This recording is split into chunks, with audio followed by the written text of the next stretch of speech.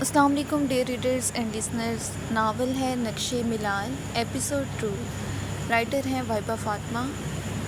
اگر کسی نے چینل کو سبسکرائب نہیں کیا تو جلدی سے چینل کو سبسکرائب کر لیں. ناول سٹارٹ کرتے ہیں. سردار جائش جہانگیر سردسپاٹ چہرہ لیے اپنی گاڑی سے نیچے اترا تھا. سامنے ہی رفیق ہاتھ باندھے اس کے سامنے آیا.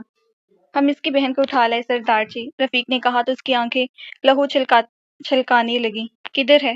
مختصراً پوچھا. آپ کے کمرے میں، رفیق نے کہا تو وہ غم و غصے سے پاگل ہو گیا. تمہاری ہمت کیسے ہوئی رفیق اسے میرے کمرے میں رکھنے کی؟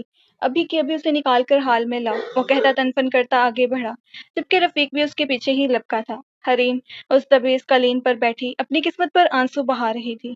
جب کمرے کے دروازے کے باہر بھاری بوٹوں کی دھمک سنائی دینے لگی تو حریم کا دل اچھل کر حلق میں آیا. دروازہ کھلا. حریم کا دل کیا کہ کہیں چھپ جائے، مگر وہی شخص اطمینان سے اندر آیا جس نے اس کی ایک جھلک گاڑی میں دیکھی تھی. یہ وہی تو فرعون تھا جو اسے اٹھا کر لایا تھا. سنو لڑکی، تمہارے لیے یہی اچھا ہے کہ سردار کے سامنے اپنا منہ بند رکھنا. زبان درازی کی تو زبان کاٹ کر پھینک دی جائے گی. اگر ہاتھ چلاکی کی تو آنکھیں نکالی تو آنکھیں نکال لوں گا، سمجھی؟ وہ کہتا حریم کی جانب بڑھا تو وہ رنگ کر پیچھے ہٹنے لگی، مگر رفیق نے پھر آ کر اسے بازو سے دبوچا اور اپنی جگہ پر کھڑا کیا. چپ چاپ اسے گھسیٹ کر باہر لے جانے لگا. ایک مرتبہ پھر اس کو نیچے لے جا پھر وہ اب اس حال نما کمرے کی جانب بڑھ رہا تھا. لاؤنج میں لا کر رفیق نے اسے ایک صوفے پر دھکیلا. وہ بری طرح رونے لگی. جائش نے بغور اسے دیکھا. نارمل قد، بے داغ گورا وجود، نازک سا سراپا اور مچھلی کی طرح چھٹپٹاتی وہ اسے عجیب لگی. میٹا میٹا سا میک اپ، کھلے بال، کندھے پر سیٹ کیا گیا دوپٹہ تو آدھا سینے پر آدھا پشت پر ڈھلکا ہوا تھا. وہ کہیں سے دلہن تو نہیں لگ رہی تھی. کھول دو اس کے ہاتھ، جائش نے نفرت سے کہا تو رفیق نے اس کے ہاتھ کھول دیے. وہ ذات کے جانے پر مچل کر پیچھے ہٹی. تم جاؤ، جائش نے سرد و سپاٹ لہجے میں کہا. رفیق باہر چلا گیا. اب کی بار اس بھاری گمبھیر مردانہ آواز کے تعاقب میں حریم نے اپنے دائیں جانب دیکھا تو خوف سے پورے جسم میں ایک سنسنی سی دوڑ گئی. وہ اجنبی جو کوئی بھی تھا، کثرتی جسم لیے چٹانوں جیسا مضبوط لمبا چوڑا شخص اسے انتہائی نفرت و حقارت سے گھور رہا تھا. حریم نے جھٹپٹا کر اپنے لبوں سے وہ ٹیپ بھی کھینچ لی. کون ہو تم؟ مجھے کیوں لائے ہو یہاں؟ جواب دو مجھے، کون ہو تم؟ انجان جگہ، انجان لوگ. وہ خوفزدہ تھی مگر اپنے خوف کو خود پر حاوی نہیں ہونے دینا چاہتی تھی. تبھی جتنا ہو سکا اپنے کانپتے لہجے پر قابو پا کر چلا کر اس سے پوچھا. تمہاری اور تمہارے درندہ صرف شیطان بھائی کی بربادی ہوں، موت ہوں یا تباہی. بڑا شوق ہے اسے عزتوں سے کھیلنے کا. دیکھتے ہیں یہی کھیل اگر اس کی خود کی عزت سے کھیلا جائے تو کیسا محسوس کرے گا وہ. سامنے والے نے سر سراتے لہجے میں سکون سے کہا. تمہیں کوئی غلط فہمی ہوئی ہے. کیا کیا ہے میرے بھائی نے جو ایسا تم بول رہے ہو؟ حریم نے تڑک کر کہا تو سردار جائے جہانگیر نے اپنے سامنے کھڑی اس تل بھر کی لڑکی کو دیکھا جو سامنے کھڑی اس کی آنکھوں میں آنکھیں ڈال کر سوال کر رہی تھی. میری بہن کو محبت کا جھانسا دے کر برباد کیا ہے تمہارے بھائی نے. اسے محبت کے جال میں پھانس کر برباد کیا ہے تمہارے گھٹیا بھائی نے. اس کی عزت سے کھیل کر اسے رسوا کیا ہے تمہارے بدذات بھائی نے. اور کچھ سننا ہے کیا؟ تھوڑی بہت غیرت ہے تم میں بھی؟ یہ سب دہراتے سردار جائش جہانگیر کی آنکھوں سے لہو چھلکنے لگا جن میں دیکھ حریم کو اپنے پورے بدن میں چونٹیاں سی رنگتی محسوس ہوئی. کیا بکواس ہے یہ؟ ایسا کچھ نہیں ہے. دیکھو تمہیں کوئی غلط فہمی ہوئی ہے. تم اچھی طرح چھان بین کرو. ایسا کچھ نہیں ہوگا. میرا بھائی ایسا کر ہی نہیں سکتا. Shut up you. جائش کی منہ سے گالی نکلنے سے پہلے اس نے اپنا جبڑا بری طرح بھینچا تھا. چھوڑ دو مجھے. میرے پاپا پریشان ہو رہے ہوں گے، مما رو رہی ہوں گی، سب سوچ رہے ہوں گے کہ میرے ساتھ کیا ہوا. دیکھو میری جگہ اگر تمہاری بہن. شٹ اپ، وہ دھاڑا. میں بھی تو اسے یہی بتانا چاہتا ہوں کہ کسی کی بہن کی جگہ اس کی خود کی بہن بھی تو ہو سکتی ہے. وہ بھی تو برباد ہو سکتی ہے جیسے میری بہن نے رسوا ہو کر خودکشی کرنے کی کوشش کی اور کوما میں چلی گئی ہے. بالکل ویسے ہی اس کی بہن بھی تو ادھڑی ہوئی حالت میں واپس آ سکتی ہے نا. اس نے انتہائی صفاقی سے اسے سرتا پیر گھورے ہوئے یہ غلیظ الفاظ کہے تو حریم کی روح تک کانپ گئی. ان الفاظ پر وہ بکھرے ہوئے حلیے میں اب سامنے فرعون بن کر ٹانگ پر ٹانگ جمائے بیٹھے انجان شخص کو خون خوار نگاہوں سے گھور رہی تھی جس نے یہ سب کیا تھا. وہ رونا نہیں چاہتی تھی مگر آنسو خود بخود پلکوں کی باڑ توڑ کر چہرے پر لکیریں بنا رہے تھے. میک اپ زدہ سبھی چہرے پر کاجل پھیل چکا تھا جسے دیکھ سامنے بیٹھا شخص ہنس اٹھا رہا تھا. یو باسٹرڈ، کون ہو تم؟ میں تمہیں زندہ نہیں چھوڑوں گی. کیوں لائے ہو مجھے یہاں؟ حریم جارحانہ تیور لیے اس کی جانب لپکی اور اس سے پہلے کہ وہ اس سے دست درازی کرتی غصے و رشت آل سے پاگل سردار جائش جہانگیر اپنی جگہ سے اٹھ کر کھڑا ہوا تھا. فضا میں اٹھا اس کا نازک ہاتھ کلائی سے مروڑ کر اس کی کمر سے لگا دی. آہ حریم کے منہ سے ایک دردناک چیخ برآمد ہوئی۔ لگتا ہے ڈارلنگ تم اپنے باڈی پارٹس کچھ زیادہ پیارے نہیں، تبھی ایسی جرت کا مظاہرہ کر رہی ہو، جس کی پاداش میں انہیں جڑ سے اکھاڑ کر پھینک دوں گا، اور جانے کی اتنی بھی کیا جلدی ہے؟ آج رات کو میں تمہیں بہت اچھا موقع دوں گا نا خود کو جاننے کا، جو تم اپنے بھائی کے کیے گئے ایک ایک گھناؤنے فیل کا کیا بھگت کر پل پل کی ذلت اٹھاؤ گی۔ وہ اس کے کان میں بھوکے شیر کی مانند گرایا۔ اس نے بھی اپنی پوری طاقت لگا کر اس بھیڑی سے اپنی کلائی چھڑائی تھی۔ اس کے سامنے وہ ڈٹ گئی تھی، سامنے کھڑے شخص کی گرے شیطانی آنکھوں میں گھورا جو اس پر اٹھ رہی تھی تو اسے اپنے ہی وجود سے گھن سی محسوس ہو رہی تھی۔ اور جو میں کب سے بکواس کر رہی ہوں کہ میرا بھائی ایسا کچھ نہیں کر سکتا، تمہیں کوئی غلط فہمی ہوئی ہے تو عقل کے ساتھ تمہاری قوت سماعت بھی خاص کرنے گئی ہے جو تمہیں میری بات سمجھ نہیں آ رہی۔ چھوڑ تو مجھے۔ حریم نے اس کے گریبان جھنجھوڑا تھا، تب اس نے پہلی مرتبہ گھما کر اس کے چہرے پر ایک تھپڑ جڑ دیا تھا۔ وہ تیورا کر اوندھے منہ اس سرد محل کے دبی سبز کارپٹ پر گری تھی۔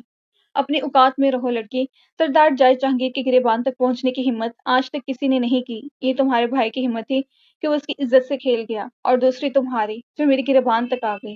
اب دیکھنا تمہارے خاندان کا تماشا پوری دنیا دیکھے گی۔ وہ اسے بازو سے گھسیٹ کر چلنے لگا، رخ اپنے بیڈ روم کی جانب تھا، اور حریم نے بھی ساختہ زیر لب اپنی موت کی دعا مانگی۔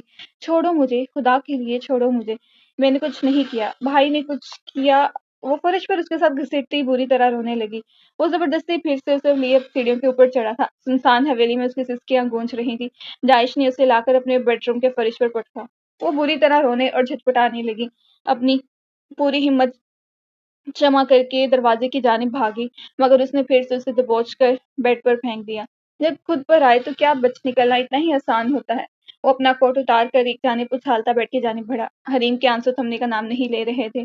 وہ بیڈ پر پیچھے کی جانب رینگتی بہت بری طرح رو رہی تھی۔ جب اسے مسلسل بیڈ کی جانب بڑھتے دیکھ اس کا دل اچھل کر حلق میں آیا۔ اس نے زندان سے بچ نکلنے کا کوئی راستہ بھی تو نہیں تھا۔ کوئی ہے؟ بچاؤ مجھے، سیو می، خدا کے لیے بچاؤ مجھے۔ وہ حلق کے بل چلائی تو جائش کے چہرے پر ایک تمسخرانہ سی مسکراہٹ رینگنے لگی۔ مجھے تمہاری یہ چیخیں، یہ بے بسی، یہ سسکیاں کافی سکون دے رہی ہیں ڈارلنگ، مگر افسوس میرے پاس وقت نہیں ہے جو زیادہ انجوائے کر سکوں۔ وہ بیڈ کی جانب بڑھا۔ حریم تیزی سے بیڈ کی دوسری جانب اتری۔ وہ ایک مرتبہ پھر دروازے کی جانب لپکی، تیزی سے دروازہ کھولنے کی کوشش کی۔ یہ دروازہ اب تمہاری بربادی کے بعد اور میری مرضی سے ہی کھلے گا ڈارلنگ، اس نے سکون سے کہا اور اسے بازو سے دبوچ کر پاس پڑے بڑے صوفے پر پھینکا۔ دیکھو، تمہیں کوئی غلط فہمی ہوئی ہے، عماد بھائی کسی کے ساتھ ایسا کر ہی نہیں سکتے۔ کیا نام لیا تم نے اپنے بھائی کا؟ ایک ٹانگ صوفے پر رکھے دوسرے سے اس کا بازو دبوچے وہ ہلکا سا اس کے اوپر جھکا، اب لال انگار آنکھوں سے اس سے پوچھ رہا تھا۔ عماد یوسف۔ عماد یوسف ہے نا میرے بھائی کا، اسی لیے تو بول رہی ہوں کہ ضرور تمہیں کوئی غلط فہمی۔ ہاں ہاں ہاں ہاں۔ حریم کی بات بیچ میں ہی رہ گئی جب اس کا حقارت آمیز قہقہ کمرے میں گونجا۔ داد دینی پڑے گی، اس معصوم چہرے کے پیچھے کتنی مکار لڑکی چھپی ہوئی ہے، خود کو بچانے کے لیے مکاری بھرا گیم کھیل رہی ہے۔ خود کو بچانے کے لیے مکاری بھرا گیم کھیل رہی ہو میرے ساتھ، اتنی شاطر ہو کہ اپنے بھائی کا غلط نام بتا رہی ہو مجھے۔ وہ غصے سے پاگل ہو کر کہتے اسے بازو سے گھسیٹ کر بیڈ پر پھینک کر اس کے اوپر جھکا تھا۔ اس نے حریم کو دبوچ رکھا تھا اور وہ بری طرح چیخ چلا رہی تھی۔ بہت اچانک ان چیخوں میں کچھ اور جانی پہچانی چیخیں بھی اسے سنائی دینے لگی۔ جائش کے ماتھے پر پسینے کے قطرے نمودار ہوئے، ایک وحشت سی تھی جو دل و دماغ پر طاری ہو گئی۔ بدلے کی آگ میں سینے میں ایک جوار بھاٹا سلگا دیا تو جائش نے بری قوت سے اس کا گلا دبوچا۔ وہ سرخ چہرہ لیے بری طرح کھانسنے لگی اور ہاتھ پیر چلانے لگی۔ حریم نے اس کا گریبان دبوچ لیا۔ یہ تو سردار جج جہانگیر جانتا تھا کہ اس کا ایسا کوئی غلیظ ارادہ سرے سے تھا ہی نہیں۔ وہ ایسا کوئی ارادہ نہیں رکھتا تھا کہ بدلے اور انتقام کی آگ میں اس قدر پستیوں میں گر جائے کہ ایک لڑکی کی پاکیزگی کو رون ڈالے۔ ہرگز نہیں، وہ بس اسے خوفزدہ کرنا چاہتا تھا، بہت زیادہ خوفزدہ، تاکہ وہ آگے جا کر اس کی ہر بات مانے۔ مگر اس کی دل خراش چیخیں سن کر جائش کو لگا کائنات کی ہر چیز ذرہ ذرہ اس پر لعنت بھیج رہا ہے۔ فوراً سے پہلے گھن کھاتے انتہائی کراہیت محسوس کرتے اس نے اسے بیڈ پر پھینکا تھا۔ ایک لمحہ بھی ضائع کیے بغیر وہ اس کے کمرے سے باہر نکل گیا۔ فوراً سے پہلے انابیہ کے کمرے میں گیا، کمرے کی بالکنی کا دروازہ کھول کر وہ باہر نکل آیا اور گہرے گہرے سانس بھر کر اپنے اندر کی جلن اور گھٹن کو کم کرنے کی کوشش کرنے لگا جس نے سینے میں ایک جوار بھاٹا سے سلگا دیا تھا۔ یہ اس کی سرشت میں نہیں تھا، یہ اس کی سرشت نہیں تھی، یہ اس کی فطرت نہیں تھی، یہ اس کی تربیت بھی نہیں تھی۔ ماضی جائش کا بہت اچھا پڑھا لکھا گھرانہ تھا۔ وہ اور انابی اپنے والدین کے لاڈلے چشم چراغ تھے۔ سردار عالم جہانگیر کا گھرانہ کافی مذہبی اور نفیس تھا۔ وہ خاندانی زمیندار تھے۔ جائش نے اپنی تعلیم پنجاب یونیورسٹی سے ہی حاصل کی تھی۔ اعلیٰ تعلیم کے باوجود اس نے اپنے بابا کی خواہش پر زمینداری میں ہی دلچسپی لی۔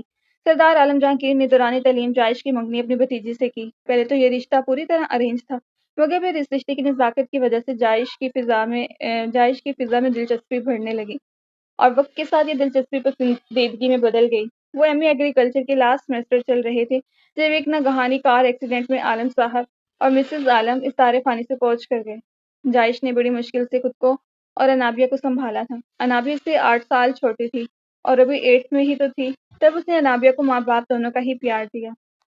کسی بھی حادثے کو بھلانے کے لیے وقت سب سے بڑا مرہم ہوتا ہے۔ تقریباً 2 سال بعد جائش نے انابیہ کی ضد پر چچا کو شادی کا پیغام بھیجا، مگر دوسرا دھچکا جائش کو تب لگا جب عین شادی والے دن فضا نے جائش کے ساتھ شادی سے انکار کرتے ہوئے اپنے کورٹ میں کیے گئے نکاح کے پیپر سب کے سامنے پیش کر دیے۔ اس کے بعد وہ بالکل ٹوٹ گیا تھا، مگر اس ٹوٹنے کے بعد جب اس نے خود کو جوڑا تھا تو پتھر کا ہی بنا دیا تھا تاکہ پھر سے اسے کوئی نہ توڑ پائے۔ وقت پر لگا کر اڑ گیا۔ انابیہ نے ایم ایس سی مکمل کیا اور اس کے بعد اپنی دلچسپی کے مطابق ایک پرائیویٹ اسکول میں ٹیچنگ کرنے لگی۔ جائش نے جب اس سے شادی کی بات کی تب اس نے یہ کہہ کر ٹال دیا کہ وہ بھی ان جھنجھٹوں میں نہیں پڑنا چاہتی۔ وہ ایک پڑھی لکھی باشعور بااعتماد لڑکی تھی۔ جائش کو اس پر پورا بھروسہ اور اعتماد تھا۔ اس نے کبھی ایسا موقع ہی نہ دیا کہ جائش کو اس سے کوئی شکایت ہوتی، مگر وہ کسی کی مکروہ شاطرانہ سازش کا شکار ہوئی تھی، کوئی نہیں جانتا تھا کیسے۔ مگر ایک دن جب حویلی سے ڈرائیور اسے لینے گیا تو وہ اسکول میں موجود نہیں تھی۔ سب بچے اور سٹاف جا چکے تھے۔ ڈرائیور نے جائش کو اطلاع دی۔ انابیہ نے جائش کو آخری فون کال کی تھی جس میں وہ بے تحاشا رو رہی تھی اور یہ کہا تھا کہ اس کے کولیگ فیضان نے اسے دھوکہ دیا ہے، اسی دھوکے میں اسے برباد کیا ہے۔ یہ چند الفاظ وہ بول سکی اور فون کٹ گیا۔ تب جائش اس سے پہلے انابیہ کی تلاش میں نکلتا۔ اس کو فون پر اطلاع ملی کہ انابیہ کا ایکسیڈنٹ ہو گیا ہے۔ وہ بھاگم بھاگ ہاسپٹل پہنچا تھا۔ حادثے پر موجود لوگوں نے بتایا تھا کہ وہ لڑکی جان بوجھ کر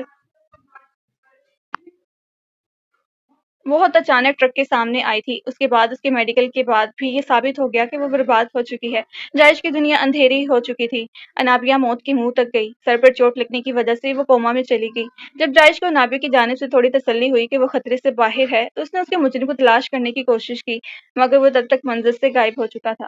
جائش نے اس پر کیس نہیں کیا کیونکہ نہ کوئی گواہ نہ ثبوت، وہ آسانی سے بچ نکلتا۔ اسکول ریکارڈز میں اس کے گھر کا پتہ چلا، یہ بھی کہ اس کی ایک بہن ہے۔ وہ اسے ایسے انتقام لینا چاہتا تھا کہ اس درندے کی روح کانپ جائے۔ تبھی وہ اس کی بہن کو اٹھوا چکا تھا اور اب دشمن کی تڑپ کا تماشا دیکھنے کا وقت تھا تو اس کا ضمیر اسے یوں ملامت کرنے لگا تھا، مگر اس نے سوچ لیا تھا وہ پیچھے نہیں ہٹے گا۔ اس کی بہن سے نکاح کر کے اسے 1-2 دن اپنے پاس رکھ کر طلاق دے کر واپس بھیج دے گا، یہی اس کا پلان تھا، یہی مقصد۔ اب وہ اپنے ارادے پر ڈٹ گیا تھا۔ تبھی بالوں میں ہاتھ پھیرتا نیچے لاؤنج میں آیا رفیق۔ اس کی گرجدار آواز پر رفیق کسی کونے خدرے سے نکل کر تیزی سے سامنے آیا۔ جی سردار جی، جو حکم دیا تھا وہ بندوبست کرو فوراً، اس نے سرد لہجے میں کہا۔ جو حکم سرکار، رفیق کہتا باہر نکل گیا۔ جائش لاؤنج کے صوفے پر ڈہ گیا اور اپنی جلتی کرن پٹیاں سلانے لگا۔ شام سے رات ہونے کی تھی۔ حریم کا کوئی اتا پتہ نہ ملا۔ یوسف صاحب جھکے کندھے لیے یوں ہی ناکام واپس لوٹ آئے۔ عماد بھی ناکام واپس لوٹا تھا۔ سلمیٰ بیگم کا رو رو کر برا حال تھا۔ کوئی چھوٹا سا کلو بھی تو نہیں ملا تھا کہ آخر اسے زمین کھا گئی یا آسمان نکل گیا۔ یوسف صاحب اب کیا ہوگا؟ میری بچی جانے کس حال میں ہوگی؟ کیا ہوا ہوگا اس کے ساتھ؟ وہ تو گھر سے بھی نکلتے ہوئے ڈرتی تھی، اب جانے کہاں گئی ہوگی؟ یہ رات کیسے گزرے گی میری بچی گھر سے باہر؟ سلمیٰ بیگم پھوٹ پھوٹ کر رو دیں۔ امی پلیز چپ کریں، کچھ نہیں ہوگا اسے، ہماری دعائیں اس کے ساتھ ہیں، اس کی حفاظت کی دعا مانگیں، دیکھنا آپ کی دعائیں اس کی حفاظت کریں گی۔ عماد نے انہیں سینے سے لگایا۔ امی صبر کریں، حوصلے سے کام لیں، انشاءاللہ سب ٹھیک ہو جائے گا۔ دعا مانگیں، ماں کی دعاؤں میں تو بہت طاقت ہوتی ہے نا، دعا مانگیں، اللہ تعالیٰ اس کی حفاظت فرمائے۔ اسماء نے انہیں تسلی دی۔ اس گھر پر اور گھر والوں پر یہ رات بہت بوجھل تھی، بہت خوفناک اور گھناؤنی۔ عجیب عجیب سے وہم اور وسوسے ستا رہے تھے۔ یہ ساری رات دعائیں مانگتے گزری کہ اللہ تعالیٰ اس نازک سی جان کو اپنے حفظ و ایمان میں رکھے۔ وہ بیڈ سے اتر کر اب دبیز کارپٹ پر سہمی ہوئی سی بیٹھی تھی۔ جیسے جیسے وقت گزر رہا تھا سہم کر دروازے کی جانب دیکھتی کہ کوئی آ تو نہیں رہا۔ کچھ ہی دیر میں اس کے اندیشے سچ ثابت ہونے لگے۔ جب کلک کی آواز پر دروازہ کھلا، حریم نے بے تحاشا سہم کر دروازے کی جانب دیکھا۔ گہری ہوتی رات، اتنی بڑی حویلی، دہشتناک مردوں کے بیچ